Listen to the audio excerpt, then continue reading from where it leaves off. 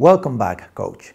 Thanks for joining me again to continue learning more about the very important topic of child abuse in sport.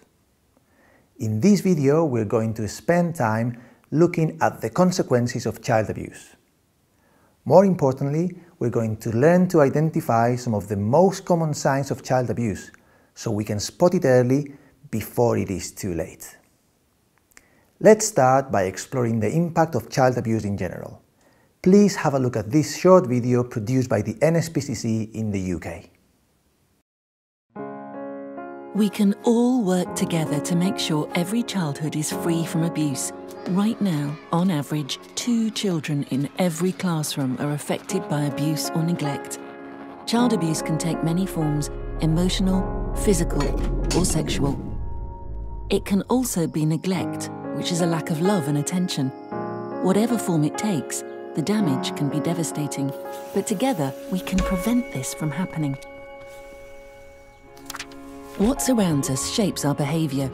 When parents are overloaded with problems such as money, alcohol or drug addiction, or mental illness, it can be really difficult for them to give their children the best start in life.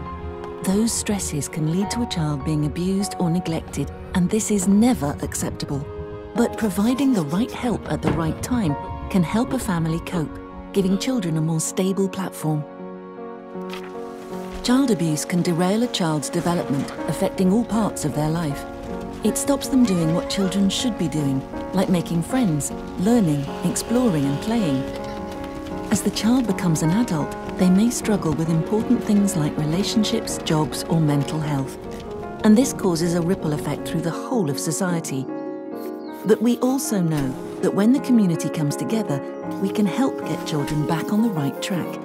Whether it's help from neighbours, extra support at school, good foster care or counselling, we can all play a part. Abuse robs children of their childhood. Instead of feeling excited about the future, it can make them feel worthless, ashamed, frightened and alone. But it's never too late to make a difference and turn a life around. And that's why we need to come together to create a stable foundation for all children. You can make a difference. Each individual act may seem small, but if we all play our part, we can create a safer place for all our children. That's why we're here.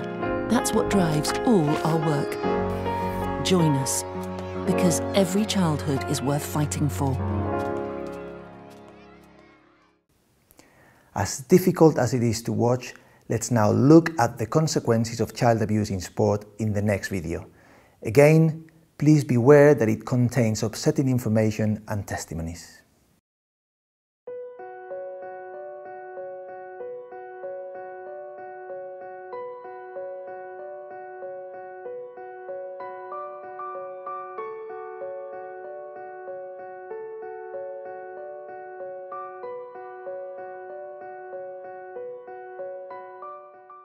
He used his power as an adult to manipulate me.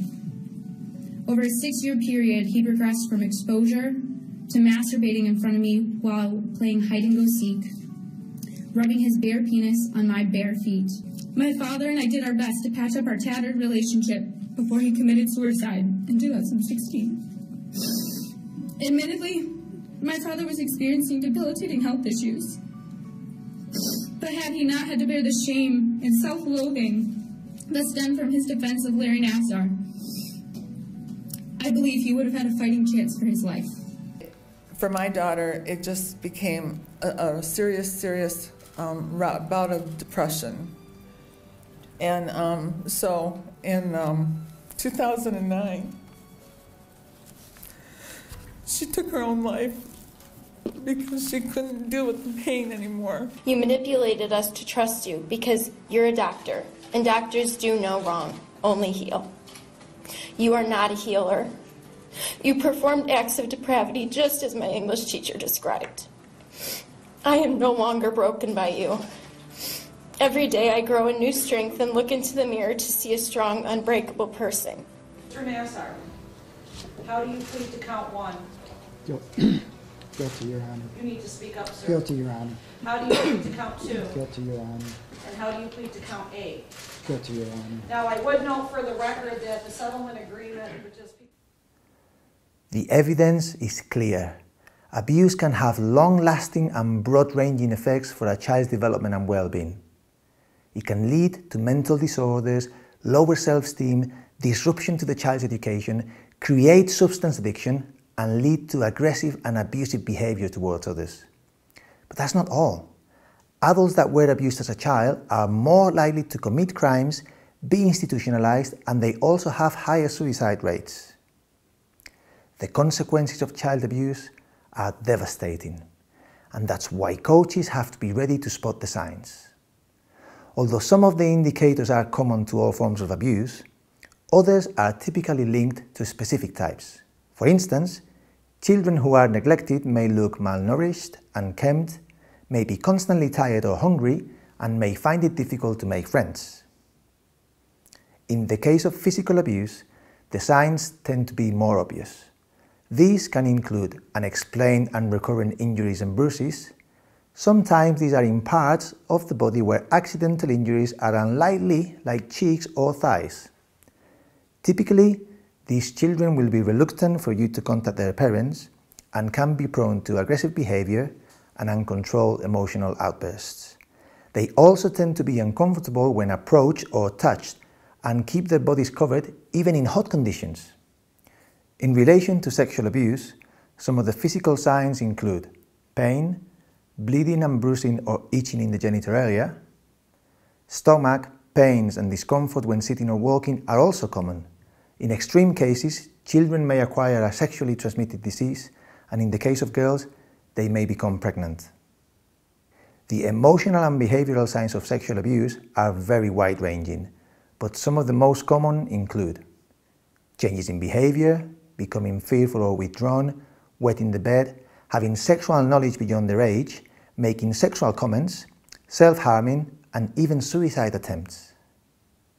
Finally, signs of emotional abuse include speech disorders, developmental delays, lack of desire to play, fear of making mistakes, self-harm, and fear of parents being contacted. It is important that when looking for signs of abuse, we consider them as part of a pattern of indicators, because separately, each sign may well have an alternative explanation. Spotting signs of abuse is difficult, and we don't expect you to have become an expert after watching this video. Please seek out additional training in this area from your federation or any other relevant organization, but please be vigilant when working with children. In the next video, we're going to cover the type of structures and protocols we can put in place to minimize the risk of child abuse happening in the sport setting. Thanks for watching and for caring about children's well-being. See you soon.